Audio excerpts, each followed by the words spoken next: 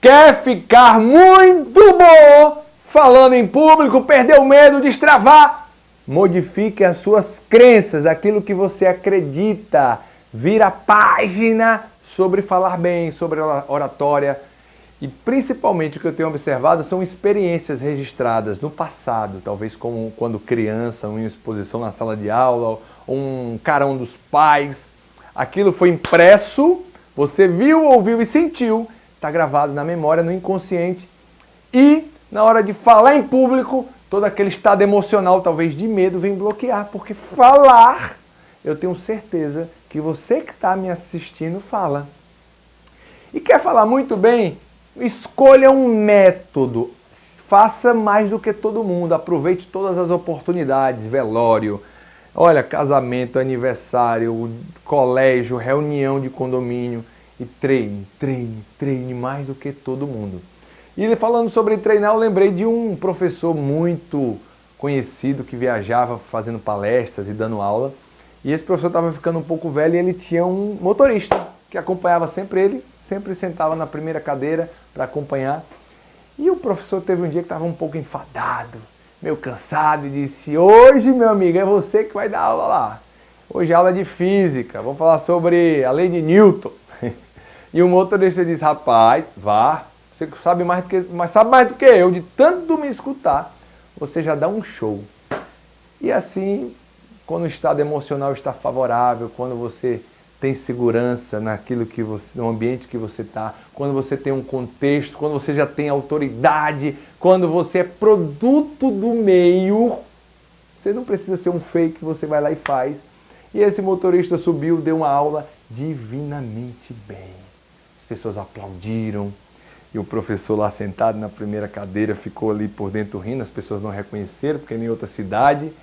Só que houve um episódio diferente. Um aluno levantou a mão e disse: professor, eu estou com uma dúvida, tem uma questão que faz meses que eu não consigo resolver, e eu agora aproveito a oportunidade na frente dos meus colegas, eu quero que o senhor resolva rapidamente. E foi lá no quadro e colocou a expressão. E o motorista olhou, respirou, pensou: meu jovem, meu cara, eu não acredito. Essa questão... eu não acredito. Vou dizer uma coisa para você, essa questão é tão simples que eu vou convidar o meu motorista para resolver. E assim, ele se saiu muito bem dessa situação delicada. E o que eu quero falar com tudo isso? Gente, é preciso ter criatividade, é preciso se lançar, é preciso se expor, é preciso saber qual o seu papel e quem você é. E para isso é uma construção, por exemplo, o arquétipo. Quando você descobre qual é o seu arquétipo, isso já te dá um destravamento por completo. Porque, às vezes, o seu modelo de palestrante, de comunicador, é de alguém que não corresponde com o seu estilo. E aí você vai se frustrar. Mais importante é você de construir a sua identidade.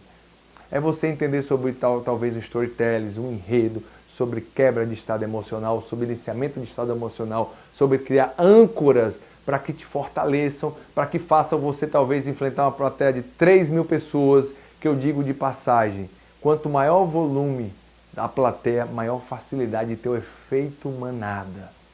As pessoas retêm em torno de 10% daquilo tudo que você fala, então elas não estão preocupadas talvez com as palavras.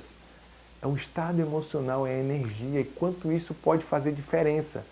Fica imaginando você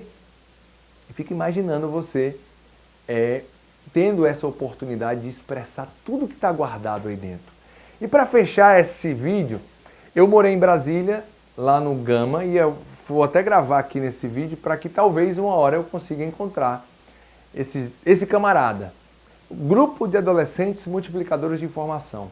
Era um grupo coordenado por um assistente social, um grupo na periferia do Gama Sul, do Distrito Federal, do qual eu tive a oportunidade de participar. E o que esse grupo fazia? Visitava hospitais, entidades, asilos e faziam oficinas, realizavam oficinas de poesia, de dança e de break. De break, né? E fazia rap porque é a linguagem do gueto, é rap, é hip hop e tal, periferia.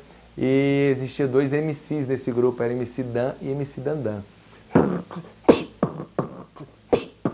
Ah, melhor! E era mais ou menos assim. E aí o Davidson começou a se engraçar pela dança, né, e tal, aquele negócio todo, ensaiava pra caramba em casa.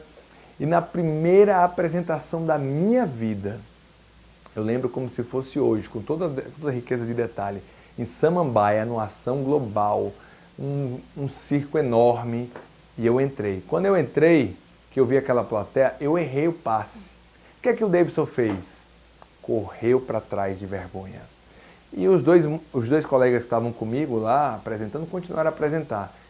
Eis que esse cara chamado Dan, que eu gostaria de encontrar e ser grato demais. Sou muito grato e entendi isso há pouco tempo, porque eu não entendia, não havia percebido e veio uma lembrança e isso fez muito sentido para mim. Esse cara, quando terminou a música, foi lá atrás, me pegou e disse, ele saiu, mas ele sabe dançar, e com vocês, Davidson Neri! E me jogou. Só que na segunda vez eu não podia mais correr. E eu fui lá e desenvolvi a coreografia sozinho. Pasme, loucura para as menininhas, cabelinho meio liso, isso foi muito bom. Isso gerou crença de capacidade. Talvez, se esse camarada não tivesse tido esse discernimento, essa mão de Deus de me jogar para a plateia, talvez esse vídeo não estaria nem sendo gravado.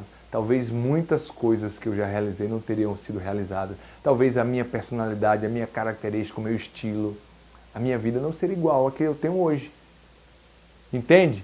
Quanto é importante você se conhecer, descobrir os gaps, descobrir a sua história, ressignificar a sua história. E isso, quando você está imbuído de uma missão, quando você acredita no seu conteúdo, você sabe da importância daquilo que você faz, foda-se, vai lá e faz. Vamos para action! Uhul!